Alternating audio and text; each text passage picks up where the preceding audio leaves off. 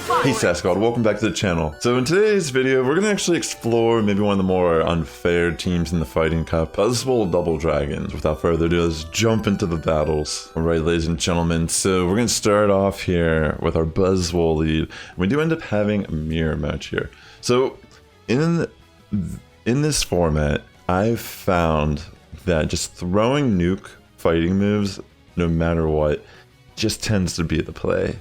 And so we're gonna not even run lunge in this type of format. We're just gonna go power punch for the bait move plus the amazing trip damage that we're gonna be building up, and we're gonna go superpower. And our opponent's kind of thinking the same thing, but we actually are able to sneak in the superpower, and we knock it out pretty much by swapping real quick and taking down that Buzzwole. So we get a shield here on the Hakamo. We're in the mirror. They're going to just decide to let theirs farm down because they do end up having a lot of energy. I'm going to bring in my Kommo-o. They switch into their mirror, and it's just so good because at this point, we're just going to win this match because we have two shields, we have farm down, and it doesn't really matter. We just kind of bring in the Buzzwole. It's actually still really close with those Dragon Tails adding up, but we just barely can win that. So in this next match, we get the Hakamo-o lead. So the thing about this scenario, it's really up in the air how they're going to play this. I sometimes will throw the bait move in the form power punch. Other times I just go straight superpower. If I do throw the superpower, I will insta swap out to my own Hakamo usually. But you know, if they do this, for example, where they do shield the power punch, this is just such a good scenario. We're going to stay in, we're going to throw a superpower on the Toxicroak. Look how much damage that still does. Like, that is significant.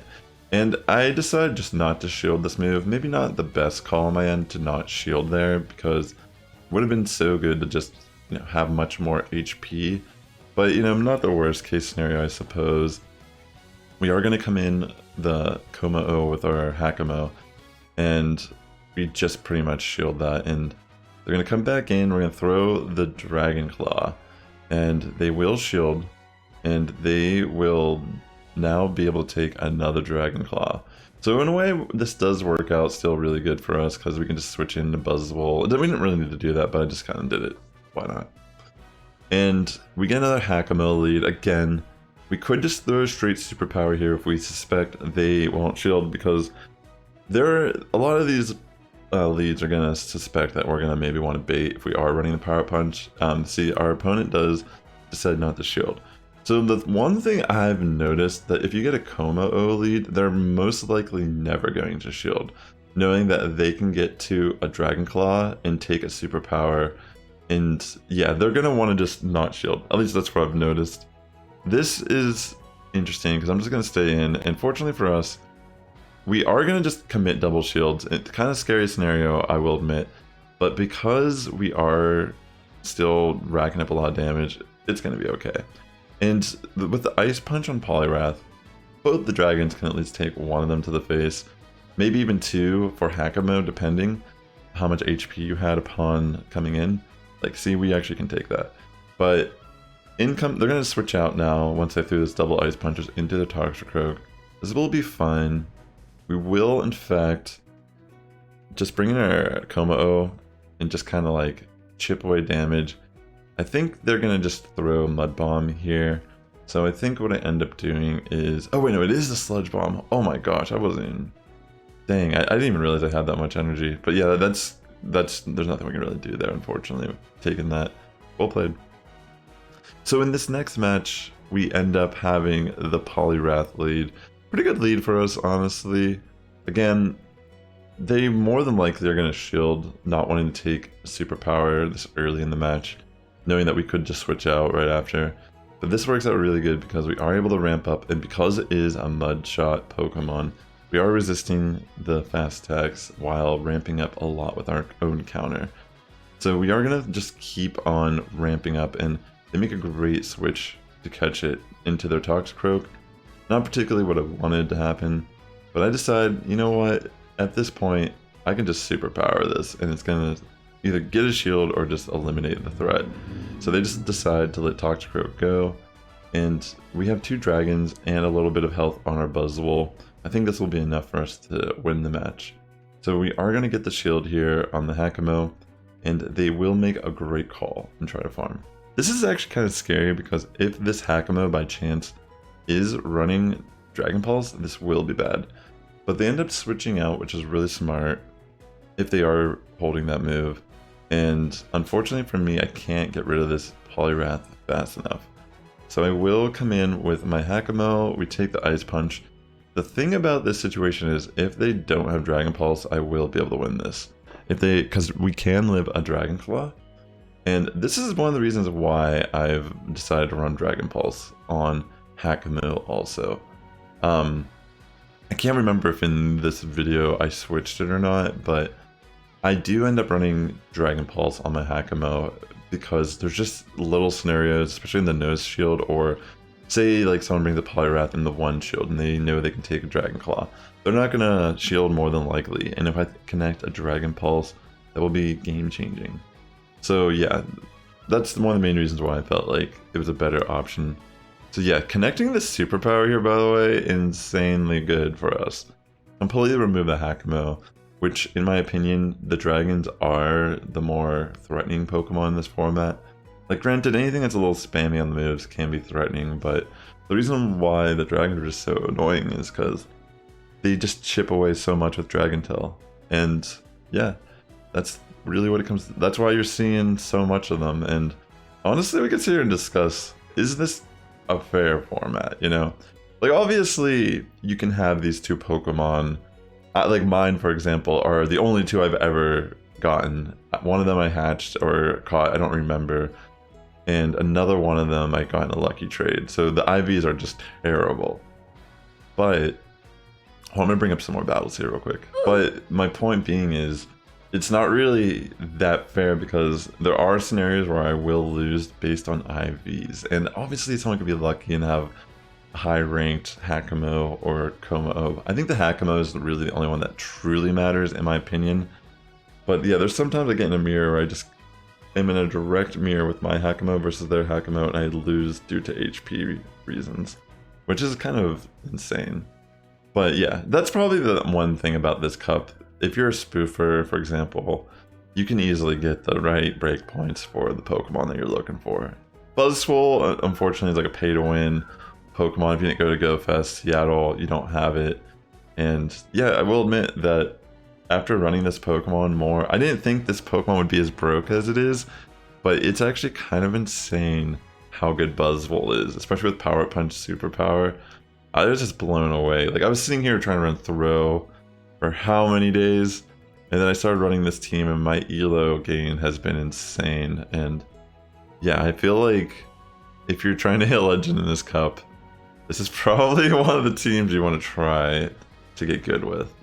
But yeah, it's definitely insane how good Buzzwole is in this format. I don't even know if it's really fair at this point. But you know, this game is not really that fair, to be honest.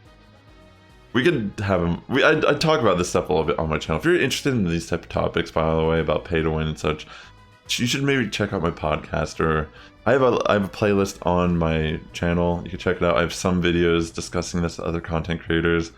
But yeah, I won't get too deep into that stuff right here. But I'm sure you all understand where I'm coming from. Like I'm running this team because I'm realizing its power, and it's insane, especially if we bait correctly with Buzzwole, how much it just punishes your opponent. Because for the most part, we're using Buzzwole to get shields, deal chip damage, right? Like that's the whole idea. And it has great typing for a lot of the other fighter types that aren't dragons.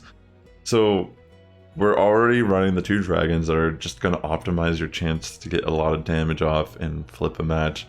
And you're running Buzzwole, which is super fast, can tank some fighting moves, simultaneously while dishing out a lot of damage. And it has Power Up Punch, which is a great bait move simultaneously while it can help flip mirror matches or close counter situations that you're in.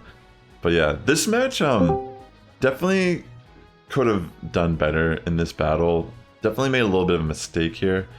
I guess I was assuming they were baiting, but no, wait, this is not the one. This is a different match, excuse me. I was thinking this is one where I didn't shield here and I just let it go to the aerial ace.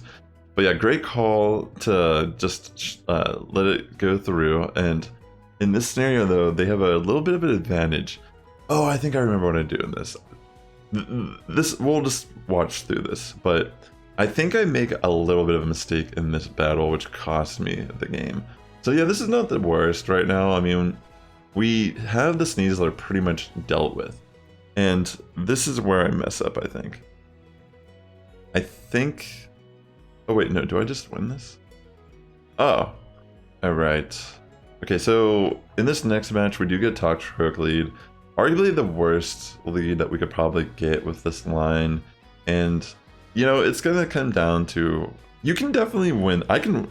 We can win these matches with Buzzwole lead, but it will come down a lot of times to like how we shield and such. So whenever we get the Toxicroak lead, we definitely do not want to switch out. We want to stay in through a superpower and then switch out directly after that. We do end up getting a shield here on the Hakamo, and I think this would have been, this is a tough call, like if this was the right call or not to just bring in the Kommo-o, because the problem that lies here is they have so much energy. And, you know, to be fair, we're kind of looking at it like this. We wanted to keep our Buzzwole in relatively good health, right? But yeah, because we actually even just take this extra Dragon Tail damage, it's kind of bad. And what it really comes down to is this right here. Not shielding, well, we couldn't shield that anyways, but just taking that Sludge Bomb completely eliminates us. So yeah, really saving that energy on Toxicroak was really clever, honestly, in this match. Well played by them. Alright, so we do get another Toxicroak lead. Will we be able to fare better against this one? Let's find out. So we're going to pretty much play it very similar. We're going to go for the superpower right away. Will they shield? Probably not. And we're going to insta-swap the Hakamo. They stay in for a second, but then they end up having Buzzwole here in the back.